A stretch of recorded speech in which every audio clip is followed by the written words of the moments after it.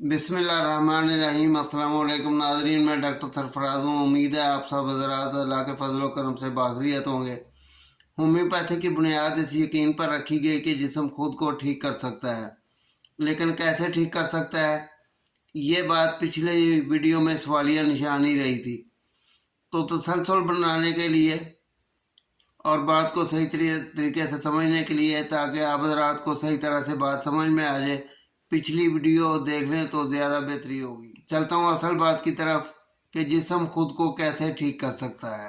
मोहतरम हज़रात, आज के इस गए गुजरे दौर में भी अगर इंसान मुख्तलिफ ईजादात में, आम घरेलू इस्तेमाल की चीज़ों में या अपनी गाड़ियों में खुद का निज़ाम और एक हिफाजती निज़ाम रख सकता है, तो अल्लाह ताला की जान इंसान के जिस्म में कोई ऐसा सिस्टम, कोई ऐसा निज़ाम नहीं रखा होगा कि जो जिस्म को बीमारी से बचा सके, जो बीमारी से जिस्म की हिफाजत कर सके। बिल्कुल रखा है, ज़रूर रखा है। और इस सिस्टम को कहते हैं इम्यून सिस्टम। जी, याद आया? उसको इम्यून सिस्टम कहते हैं, और होम्योपैथी में उसको वाइटल फोर्स कहते हैं। ये एक ऐसा सिस्टम या फोर्स है कि जो समझ लें आपके जिस्म का गार्ड है। बीमारी के खिलाफ रोकथाम के लिए आपके जिस्म का मुहाफ़िज़, आपका गार्ड। तो जब अल्लाह ताला की ज़ात ने इंसान के जिस्म में ये खुद का निज़ाम, एक हिफाजती निज़ाम रख दिया है, तो फिर जिस्म बीमार क्यों होता है? Valid question. बिल्कुल ये बात ज़हन में आनी लाजमी है कि फिर जिस्म क्यों बीमार होता है। इसका जवाब मैं आप हज़रात को बताता हूँ। हम जिस्म को बीमार करने के कहीं ना कहीं जाने अनजाने में खुद ज़िम्मेदार हैं, तो बेजाना होगा। आप सोच रहे होंगे कि कोई इंसान अपने आप को बीमार क्यों करेगा। हज़रात, मैंने लफ्ज़ इस्तेमाल किया है जाने अनजाने में। चले माना जाने में तो कोई नहीं करता, लेकिन अनजाने में, और अनजाने में भी ऐसी गलतियां होती हैं कि बंदे को पता नहीं चलता और वो क्या से क्या कर जाता है, और उसके साथ जो है ना वो उसके फिर बाद में नताइज भुगतना पड़ता। अल्लाह ताला की ज़ात ने इंसान के जिस्म में मुख्तलिफ नमकियात और मिनरल्स वगैरह यानी धातें वगैरह रखी हैं, क्योंकि इंसान की तख्लीक मिट्टी से है।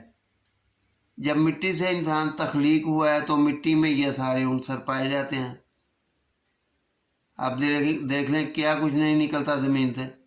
तो बहरहाल किस्सा मुख्तर कई सारी धातें इंसान के जिस्म में मौजूद हैं, जैसे iron, magnesium, potassium, cobalt, zinc, silver, gold.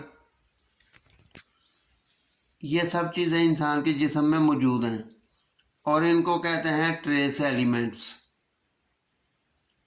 इंसान के जिस्म को परफेक्टली परफॉर्म करने के लिए, सही तरीके से काम करने के लिए ऐसे 20 एलिमेंट्स हैं जिनकी अशद ज़रूरत होती है, और उनमें से किसी एक एलिमेंट की, सिर्फ एक, ज़्यादा नहीं, किसी एक एलिमेंट की कमी या ज़्यादती की वजह से जिस्म मुख्तलिफ बीमारियों में मुब्तला हो जाता है। इन एलिमेंट्स की कमी या बेशी से आखिर होता क्या है कि जिस्म बीमार हो जाता है, मुख्तलिफ बीमारी में मुब्तला हो जाता है।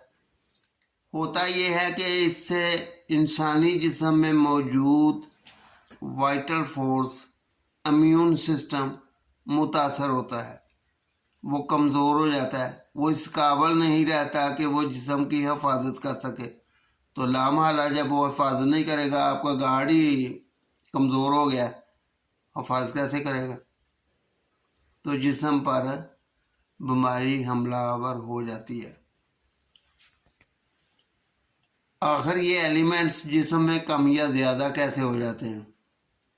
गौर करने से पता चल जाता है कि जिस्म में ये एलिमेंट्स कम या ज़्यादा कैसे होते हैं। चूँकि अल्लाह ताला की ज़ात ने یہ سارے ایلیمنٹس ہمیں خوراک کی صورت میں مہیا کیے ہوئے ہیں۔ اب سارے ایلیمنٹس ایک ہی چیز میں آپ حضرات کو نہیں مل سکتے، مختلف چیزوں میں ملیں گے۔ کوئی چیز روٹی میں ملے گی، کوئی چاول میں ملے گی، کوئی فروٹ میں، سیب، کیلے، یہ مختلف چیزیں اسی لیے ہیں کہ ان میں آپ حضرات کے لیے مختلف ایلیمنٹس موجود ہیں۔ اب اگر آپ ایک ہی چیز مسلسل کھاتے رہیں دوسری نہ کھائیں تو کیا ہوگا؟ اس میں موجود جو ایلیمنٹ ہے وہ آپ کے جسم میں زیادہ ہو جائے گا، اس کی مقدار اتنی زیادہ ہو جائے گی کہ آپ کو نقصان دینا شروع ہو جائے گا، اور باقی جو ایلیمنٹس ہیں جو آپ استعمال نہیں کر رہے، جو غذا آپ نہیں لے رہے، وہ ایلیمنٹس کم ہو جائیں گے۔ جب کم ہو جائیں گے تو وہ نئے سرے سے ایک پریشانی کا سبب بنیں گے۔ تو اس لیے خوراک جو ہونی چاہیے انسان کی وہ متوازن ہونی چاہیے اور معتدل ہونی چاہیے۔ یہ نہیں کہ کبھی کبھار تو خوب کھا لیا، پیٹ مطلب اپنی استطاعت سے بھی زیادہ کھا لیا، اور کبھی ایسے کھایا کہ بھوک ہی نہ مٹے۔ میں نبی پاک صلی اللہ علیہ وسلم نے فرمایا ہے کہ جب بھوک لگے، اچھی طرح سے بھوک لگے تو کھاؤ، ورنہ نہیں۔ اور بھوک کے 3 حصے کرو، ایک حصہ خوراک کھاؤ یعنی روٹی کھاؤ، ایک حصہ پانی پیو، اور ایک حصہ ہوا کے لیے چھوڑ دو، سانس لینے کے لیے چھوڑ دو۔ اسی طرح نبی پاک صلی اللہ علیہ وسلم کا فرمان ہے پانی شروع میں کھانے سے مطلب کھانا شروع کرنے سے پہلے پی لو، یا مجبوری ہو تو درمیان میں، لیکن آخر پہ نہیں۔ اور اس کی مثال آپ صلی اللہ علیہ وسلم نے یوں سمجھائی کہ پانی کھانے سے پہلے سونا، درمیان میں چاندی، اور آخر پر نقصان دہ۔ اب دیکھیں اگر ہم آخر پہ پانی پئیں گے تو خود اپنا نقصان کر رہے ہیں کہ نہیں کر رہے، بیماری کو دعوت دے رہے ہیں۔ اسی لیے میں نے بات کی تھی کہ ہم جانے انجانے میں خود بیماری کو دعوت دے رہے ہیں۔ ایک ہی خوراک کھاتے ہیں ہم، بھائی کیوں کھا رہے ہو؟ بھائی مجھے پسند ہے یہ بات، فلاں چیز کا نہیں، وہ مجھے پسند نہیں ہے۔ وہ بھائی پسند نہ پسند کو 2 منٹ کے لیے چھوڑو، دیکھو اس میں غذائیت کیا ہے، آپ کے لیے اس میں فائدہ کیا ہے، ذرا فائدہ بھی سوچ لیا کرو۔ زبان کے ذائقے کو، اپنی پسند ناپسند کو 2 منٹ کے لیے پسے پوش ڈال دو، کیا ہوگا؟ صحت اچھی ہو جائے گی، کوئی مسئلہ نہیں۔ قصہ مختصر حضرات، انسانی صحت کو بگاڑنے یا سنوارنے میں انسانی صحت کو بگاڑنے یا سنوارنے میں خوراک کا کافی حد تک عمل دخل ہے۔ تو اس چیز کا آپ حضرات خیال کیا کیجیے، خوراک متوازن اور اعتدال کے ساتھ، باقی سب اچھا۔ تسلسل اچھا بنا ہوا تھا، وقتی کمی نے مجبور کیا ہے کہ ویڈیو کو ادھر ہی ختم کر دوں۔ تو انشاءاللہ آئندہ کسی ویڈیو میں پھر حاضر ہوں گا۔ ویڈیو پسند آئی ہے تو ویڈیو کو لائک کریں، دوستوں کو شیئر کریں تاکہ وہ بھی اس سے فائدہ حاصل کر سکیں، سبسکرائب کر لیں تاکہ آئندہ آنے والی ویڈیو آپ کے پاس بآسانی پہنچ سکے۔ اللہ تعالی ہم سب کا حامی و ناصر ہو۔ اللہ حافظ۔